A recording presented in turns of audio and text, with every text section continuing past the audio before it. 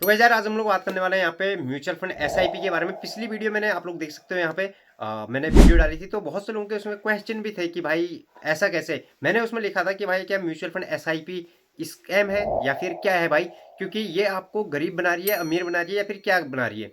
उसमें मैंने 2-3 पॉइंट उठाए थे, जैसे कि आप एसआईपी करते हो कितनी भी अमाउंट की, उसमें मैंने आपको ऐसे आप उस वीडियो को जाके जो है लिंक डिस्क्रिप्शन में दे दूंगा, वहाँ से जाके आप लोग देख सकते हो। उसके बाद इसको देख लेना, कोई दिक्कत नहीं है, या फिर इसको देखने के बाद उसको देख लेना, ठीक है। तो उस पर मैंने बात की थी कि इन्फ्लेशन के ऊपर, इन्फ्लेशन जो है जैसे कि हमारे देश में बढ़ती है हर साल 6-7% से 10% तक की ग्रो करती है, ठीक है। तो 10% तक ग्रो कर रही है।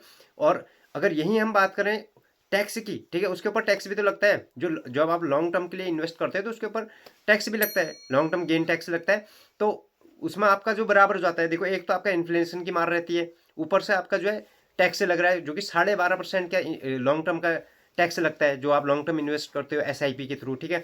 तो उसमें मैंने यही बताया था कि आप लोग अगर एक टाइम पीरियड के बाद 20 साल 25 साल के बाद अगर आपके 1 करोड़ रुपए बनते भी हैं, उसके बाद आपका जो है इतना टैक्स में माइनस हो जाएगा। जो प्रॉफिट है, प्रॉफिट के ऊपर ही माइनस होता है टैक्स, ठीक है। तो उसके ऊपर, और बाकी अगर बात करें हर साल जो 6-7% से महंगाई ग्रो कर रही है उसको जोड़ो और 12% का टैक्स जोड़ो, तो एक करीब 17-18% तो यही बन रहा है आपके प्रॉफिट के ऊपर, ठीक है। और ऊपर से अगर हम बात करें कि फिर आपको क्या मिला, अगर एवरेज रिटर्न अगर आप लोग 15% मान के चल रहे हो, तो फिर आपको इसमें क्या बेनिफिट मिल रहा है।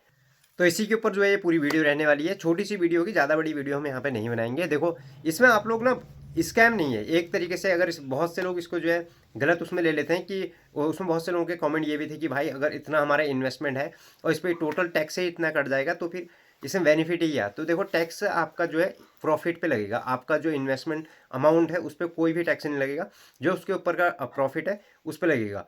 और अब आप इसमें थोड़ा अच्छा रिटर्न कैसे बना सकते हो उसके ऊपर भी बात करेंगे।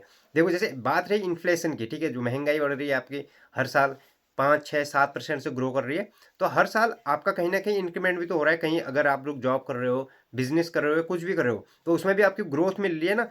तो वही जाहिर सी बात है, अगर आप 5,000 रुपये आज मंथली एसआईपी कर रहे हो, जाहिर सी बात है आप ऐसे ही आगे आप लोग साल भर साल जो है अपनी इनकम जैसे बढ़ती है, तो वैसे ही आप लोग एसआईपी का अमाउंट भी बढ़ाएं। ऐसा नहीं कि आज 5 में कर रहे हो तो 5 में, क्योंकि आज जो 5,000 की वैल्यू है अगले साल वो 5,000 की वैल्यू नहीं रहेगी, सीधी सी बात है। 20 साल बाद आपकी मैच्योर भी होती है, जो वहाँ पे जो है एसआईपी जो है आप 25 साल के लिए भी रखते हो, तो उसके बाद उस टाइम पे भी तो उस अमाउंट की उतनी वैल्यू नहीं रहेगी।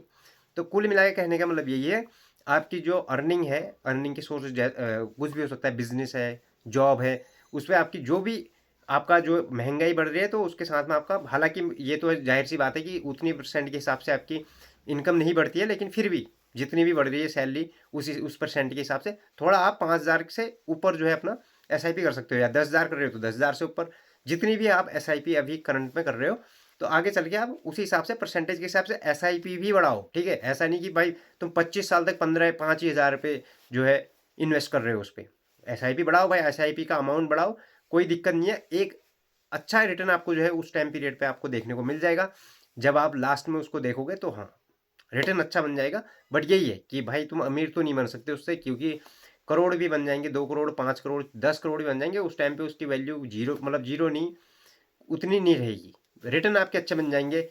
एफडी में आपको 6-7% मिलता है, ज़्यादा से ज़्यादा 7%, 8%, 9% दे देता है कोई बैंक। स्मॉल फाइनेंस बैंक की अगर हम बात करें तो 9% दे देते हैं। अगर सेफ आपको जाना है तो एफडी की तरफ जा सकते हो, कोई दिक्कत नहीं। लेकिन हम अगर एसआईपी की बात करें, 15%, 20%, 14%, इतना तो रिटर्न आपको लॉन्ग टर्म में देखने को मिलेगा। शॉर्ट टर्म में तो जाहिर सी बात है, शॉर्ट टर्म में 1-2 साल के लिए करोगे तो वो डाउन भी जा सकता है, ठीक है। लॉन्ग टर्म के लिए ही तो भाई सिंपल सी बात है, इनकम बढ़ती है, आप एसआईपी बढ़ाओ अपनी, ठीक है, उसके साथ में। और हाँ, ये वीडियो छोटी सी है, इसमें आपको कुछ ज़्यादा चीज़ें समझ में नहीं आ रही होंगी, तो आप उस वीडियो को जाके देखो, जो मैंने लिंक में दे रखा है, डिस्क्रिप्शन में दे रखा है, उसको देखो। उसमें आपको सारी चीज़ें समझ में आ जाएंगी कि मैंने वो उस वीडियो में क्या बोला था, क्या क्या चीज़ें बोली थी, और वो एक्चुअल में काम करती है, ठीक है ना। तो वो क्या है उसमें जाके देख लो आप लोग, ठीक है। तो इस वीडियो को हम यहीं पे एंड करेंगे फिलहाल तो, और किसी और वीडियो में जल्दी ही मिलेंगे। तब तक के लिए bye bye guys, take care.